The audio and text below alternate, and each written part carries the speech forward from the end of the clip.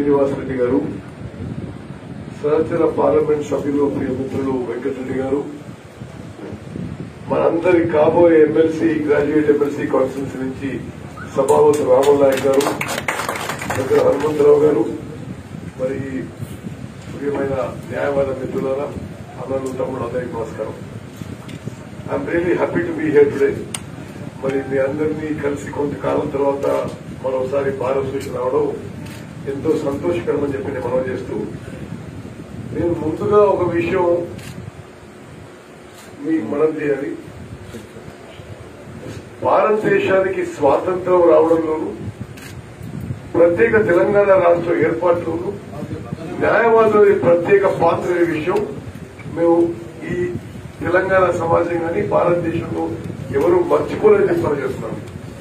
ఇవాళ key role in the independence movement, ఇవాళ key role in the creation of separate Telangana state. మరి భారతదేశంలో దిగ్గజాలందరూ, the founding fathers of India, Mahatma Gandhi, Jawaharlal Nehru అందరూ కూడా మరి బ్యారిస్టర్లు, అడ్వకేట్స్, లాయర్లు ఉన్న విషయం కూడా మనం మర్చిపోలేము. అదేవిధంగా తెలంగాణ రాష్ట్ర ఏర్పాటులో మీరందరూ ఎంత కీలక క్రియాశీలక పాత్ర పోషించారో ఈ సమాజంలో ఎవరు మర్చిపోరని చెప్పిన మనం చెప్తాం. మిత్రులారా, ఎందుకు ఈ సందర్భంగా మనం చేస్తుంటే, నేను మొన్న మంత్రిని పోయించిన వామన్ రావు గారు దంపతులు హత్య చేయబడ్డ స్థలానికి పోయి వారి తల్లిదండ్రులను పరామర్శ చేసిన. ఒక మారుమూల గ్రామంలో మంత్రి కాన్స్టిట్యూన్సీలో కలిసి వస్తే అసలు నిర్ఘాంతపోయే విషయం, యావత్ తెలంగాణలో సభ్య సమాజం సిగ్గుతో తావచ్చుకున్న విషయాలు జరుగుతున్నాయి. అక్కడ మంత్రి నియోజకవర్గంలో జరుగుతున్న అక్రమ ఇసుక వ్యాపారం, అక్రమాలు, ఇల్లీగల్ యాక్టివిటీస్, అదేవిధంగా అక్కడ నాయకత్వం వహిస్తున్న వారు టీఆర్ఎస్ పార్టీలో చేస్తున్న యాక్టివిటీస్, పోలీసులతో కలిసి in complete collusion with the local police, Seelam Rangaiah అనే ఒక దళితుడిని పోలీస్ కస్టడీలో తీసుకుంటే పోలీస్ స్టేషన్ లోనే 4 రోజులు ఆయన నడుచుకుంటూ లోపలికి పోయి దళితుడు శవమై బయటకు వచ్చాడు. దాని మీద స్థానిక పోలీసులు సరియైన ఇన్వెస్టిగేషన్ చేయడం లేదని వామన్ రావు నాగమణి దంపతులు హైకోర్టులో పబ్లిక్ ఇంట్రెస్ట్ లిటిగేషన్ వేసి, నేను ఐ రెడ్ దట్ హోల్ వాళ్ళ వాంగ్మూలం చేయగా, నాగమణి వామన్ రావు దంపతులు హైకోర్టులో ఆ కేసు వేసినాక పోలీసులే మమ్మల్ని బెదిరిస్తున్నారు, పోలీస్ అధికారులే మా ఈ ఫోన్ నెంబర్లో ఫోన్ చేసి కేసు విత్డ్రా చేసుకోవాలని బెదిరిస్తున్నారు, మా మీద ఫాల్స్ కేసెస్ పెడుతున్నారని చెప్పి హైకోర్టులో they have given a statement in front of the chief justice of Telangana. మరి వారిని అక్కడ జరుగుతున్న అక్రమాలు యావత్ తెలంగాణలో జరుగుతున్నట్టుగా, మరి అధికార పార్టీ అంటే శాండు, ల్యాండ్, మైన్స్, వైన్స్, మంత్రిలో అదే జరుగుతుంది. దాని మీద కేసులు వేస్తే, ఒక దళితుడు police custodial death public interest litigation వేస్తే మిట్ట మధ్యాహ్నం నడిపొట్టున, మరి 2021 సంవత్సరంలో ప్రపంచం ఇంత ముందు పోయిన ఈ ఆధునిక యుగంలో ఒక హైకోర్టు న్యాయవాదుల్ని నడిపొట్టులో మరి మిట్ట మధ్యాహ్నం కారుని అడ్డుకొని కారు నుంచి లాగి రోడ్డు మీద పడేసి కిరాతకంగా నరికేసిందంటే, ఈ రాష్ట్రం మనం అందరం కోరుకున్నాం, మీరు పోరాట తెలంగాణ రాష్ట్రం ఎటువైపు ప్రయాణిస్తుందని చెప్పి మనం ఆలోచించాలి. ఇంకో విషయం, అసలు యావత్ తెలంగాణ రాష్ట్రం, యావత్ భారతదేశంలో న్యాయవాదులు పరేషాన్ చూస్తున్నారు. అటువంటి సంఘటన జరిగితే ముఖ్యమంత్రి స్థానంలో వ్యక్తి కనీసం హత్యను ఈ రోజు వరకు కూడా ఖండించలేదు. Most shameful. ఈ రోజు వరకు కూడా ముఖ్యమంత్రి న్యాయవాదుల హత్య వారి పార్టీ వారి చేత జరపబడితే చీఫ్ మినిస్టర్ ఇప్పటి వరకు ఖండించలేదు. ముఖ్యమంత్రి గాని, మంత్రులు గాని, ఇప్పుడు ఇక్కడ పోటీ చేస్తున్న ఎమ్మెల్సీ అభ్యర్థి గాని ఒక్కరు కూడా న్యాయవాదుల హత్యపై నోరు మెదపలేదు, హత్యను ఖండించలేదు. కనీసం చనిపోయిన వారి కుటుంబాన్ని ఆదుకుంటామని చెప్పి మాట వరుసగైనా మాట్లాడని అమానవీయం ఎవరైతే ఈరోజు అధికారంలో ఉన్నారో వాళ్ళని ఏ విధంగా పరిగణించాలో మీరందరూ మేధావులు, విజ్ఞులు, you should think very seriously about it. ఇంతకాలం డ్యూటీ చేసుకుంటే ఒక దోపిడీ విధానం అంటే సరే కొంత నిశ్శబ్దంగా రిజైన్మెంట్ ఉన్నా ఏం మాట్లాడేది. కానీ ఇప్పుడు మనం ఉన్న న్యాయ వ్యవస్థని ఉపయోగించి అన్యాయాలని ఎదుర్కోవడం రాజ్యాంగం ఇచ్చిన హక్కు.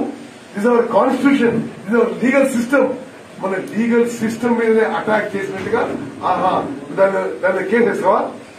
మరి మేము మిమ్మల్ని నడి రోడ్డు చంపేస్తే ఎవరేం చేస్తుంది? నిజంగా దిస్ ఇస్ షాకింగ్. మరి ఏనాడు కూడా మరి ఇటువంటి సంఘటన మన జీవితకాలంలో చూస్తే మనం అనుకోలేదు. ఇది ప్రత్యేకంగా అడ్వకేట్స్ న్యాయవాదుల విషయం కాబట్టి నేను I thought I will share my grief and anguish with you. నేను చాలా సమయం మంతని ఆ ఊరికి పోయి వాళ్ళ తండ్రిదండ్రులు కిషన్ రావు గారితో కూడా మాట్లాడాను. ఎంత బాధాకరం అంటే కిషన్ రావు గారు ఇచ్చిన కంప్లైంట్ ఈ రోజు వరకు కూడా ఆ అక్యూజ్ ని పోలీసు వాళ్ళు కనీసం అరెస్ట్ చేయలేదు. అంటే విక్టిమ్స్ ఫాదర్ దాని ఏమంటుంది 164 కింద మ్యాజిస్ట్రేట్ కింద రిజిస్టర్ చేస్తుందా? ఆ స్టేట్మెంట్ కింద ఎవరినైతే వీళ్లు నన్ను చంపించి నా కొడుకును చంపించినంటే వాళ్ళ మీద ఇప్పటి వరకు కేసు లేదు, ఇప్పటి వరకు అరెస్ట్ చేయలేదు. ముఖ్యమంత్రి మాట్లాడాడు. అంటే are we living in civilise society? లేకపోతే తెలంగాణ రాష్ట్రం వచ్చినాక ఉమ్మడి ఆంధ్రప్రదేశ్ లో కూడా ఏనాడు మనం ఇటువంటి పరిస్థితి న్యాయవాదులకు ఇది జరుగుతుందని చెప్పి ఏమైనా ఊహించలేదు. మిత్రులారా, వీఆర్ విత్ యూ. తప్పనిసరిగా వెంకటరెడ్డి గారు నేను పార్లమెంట్ లో బయట అడ్వకేట్స్ ప్రొటెక్షన్ యాక్ట్ కోసం డెఫినెట్లీ చెప్పాలని చెప్తున్నా. ఇండియన్ మెడికల్ అసోసియేషన్ వారి ప్రమేయంతో వారి ఇనిషియేటివ్ తో కొంత నన్ను వారు సంప్రదిస్తే ఆ doctors protection act bill drafting లో గానీ పైలటింగ్ లో గానీ I had played a roll on the initiative of the Indian medical association. On the same lines advocates protection act కూడా తీసుకురావాల్సిన అవసరం సందర్భం ఇప్పుడు ఉందని చెప్పి నేను మనం చేస్తూ we're with you on that issue. రెండోది your views on CrPC 41 also తప్పనిసరిగా as your MP both inside and outside parliament we will take it up అనే ఇష్యూ నేను మీకు మనం చేస్తున్నాను. మూడో విషయం అడ్వకేట్ స్టైపెండ్ విషయంలో కూడా మరి తప్పనిసరిగా we will fight at all levels for all issues concerning your protection, your security, your welfare measures చెప్పి మనం చేస్తాం. మిత్రులారా, నిజంగా తెలంగాణ రాష్ట్రం ఈ రోజు మంత్రిలో జరిగిన సంఘటన it is symbolising the law and order situation, symbolising the arrogance and the inhuman attitude of the people in power, the party in power.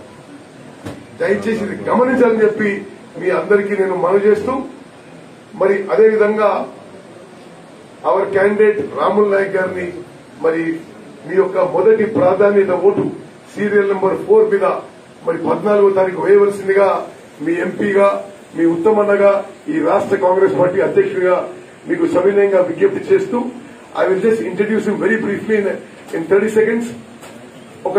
He's born a very poor tribal family, ఒక గిరిజన బిడ్డ, ఒక sincere కార్మిక నాయకుడు, is a trade union leader, నిజమైన తెలంగాణ పోరాట యోధుడు. ఈ రోజుల్లో అధికారం కోసం ప్రభుత్వంలో ఉన్న వాళ్ళకి దగ్గర కావడం కోసం ఏ విధంగా నానాలు తంటాలు పడుతుందో మనం చూస్తున్నాం. అటువంటి ఈ తరుణంలో 2018 అసెంబ్లీ ఎలక్షన్స్ కంటే ముందు he was a member of the TRS Polit Bureau, he was a sitting MLC. జరుగుతున్న అక్రమాలు, జరుగుతున్న దోపిడీ, జరుగుతున్న మరి కుల వివక్ష, జరుగుతున్న అప్రజాస్వామిక విధానం తట్టుకోలేక టీఆర్ఎస్ పాలిట్ బ్యూరో సభ్యత్వానికి ఎమ్మెల్సీ పదవి వదిలేసి అధికార పార్టీ నుంచి, ప్రభుత్వం నుంచి మరి రాజీనామా చేసి కాంగ్రెస్ పార్టీలో చేసిన గొప్ప నాయకుడు రాముల్ నాయక్. ఈవెన్లో వాలంటీర్ గా ట్రేడ్ యూనియన్ యాక్టివిటీస్ నిరంతరంగా కొనసాగిస్తున్నారు. వారు కాంగ్రెస్ పార్టీ అభ్యర్థిగా in a move for total social justice normally graduate MLC ఎన్నికల్లో, ఇప్పుడు తెలంగాణలో జరుగుతున్న ఎన్నికల్లో గాని, గతంలో జరిగిన ఆంధ్రప్రదేశ్ లో గ్రాడ్యుయేట్ ఎమ్మెల్సీ ఎన్నికల్లో గాని ఏ రాజకీయ పార్టీ కూడా ఏ దళితుల్ని గాని గిరిజను నిలబెట్టలేదు. Open category graduate MLC elections Ramul Naik గారిని Congress party stands for SC ST BC minority స్పష్టంగా తెలియజేయడానికి సోనియా గాంధీ గారు ప్రత్యేకంగా నిలబెట్టారు. We're sure he will win. తప్పనిసరిగా we have come to request for your vote and just 10-15 seconds of sitting MLC. Private higher education should not be ever privatized. మనందరం కూడా తెలంగాణలో ఆంధ్రప్రదేశ్లో ఏనాడు హైయర్ ఎడ్యుకేషన్ ఉన్నత విద్య ప్రైవేటీకరణ చూడలేదు. కాంగ్రెస్ పార్టీ దానికి వ్యతిరేకం. హైయర్ ఎడ్యుకేషన్ ఎస్పెషలీ ఈ సమాజంలో మరి ఫైనాన్షియలీ వీకర్ సెక్షన్స్ ఏ కులమైనా సరే వారికి higher education must be available at free, nominal or very subsidised cost. అట్లా కాకుండా ఇప్పుడున్న పాలకులు ప్రైవేట్ యూనివర్సిటీస్ తెలిసి, ప్రైవేట్ యూనివర్సిటీ ఏంటిది అంటే మీకు ఎస్సీ ఎస్టీ బీసీ మైనారిటీలకు రిజర్వేషన్ ఉండదు, ఫీజు నియంత్రణ ఉండదు, ఇష్టారాజ్యం. You're giving them power to do anything with higher education. మరి ఆ విధంగా మనకి ఇప్పటి వరకు ఉన్న సిట్టింగ్ ఎమ్మెల్సీ ఒక చిన్న ప్రైవేట్ కాలేజ్ నుంచి ఒక ప్రైవేట్ యూనివర్సిటీ, ఆయన ముఖ్యమంత్రి దగ్గర దోస్తులు, ఆయన ప్రైవేట్ యూనివర్సిటీ చేస్తారు. నిజంగా తెలంగాణ రాష్ట్రంలో ఉస్మానియా యూనివర్సిటీ ఆలోచన చేయండి, కాకతీయ ఆలోచన చేయండి, నల్గొండలో ఎంజీ యూనివర్సిటీ ఆలోచన చేయండి. ఈ higher education temples of learning వదిలేసి వీటికేమో వైస్ ఛాన్సలర్ నింపరు, ఫండ్స్ ఇవ్వరు, ఫ్యాకల్టీ రిక్రూట్మెంట్ ఉండదు. వీటిని నిర్వీర్యం చేస్తూ ప్రైవేట్ యూనివర్సిటీలని మరి తమకు సంబంధించిన వాళ్ళకి ఇచ్చుకొని ఏ విధంగా ముందుకు పోతుందో ఒకసారి మీరు చైతన్యవంతులు, మేధావులు గమనించాలని చెప్పి మనవి చేస్తూ, మిత్రులారా మరి తప్పనిసరిగా మీ ఇష్యూస్ కూడా రాముల్ నాయక్ గారు, వెంకటరెడ్డి గారు, నేను పార్లమెంట్ లో, కౌన్సిల్లో, అసెంబ్లీలో, బయట మీ పక్షాన కూడా all issues concerning the advocate community definitely will take up. Please support us and strengthen us. Thank you very much.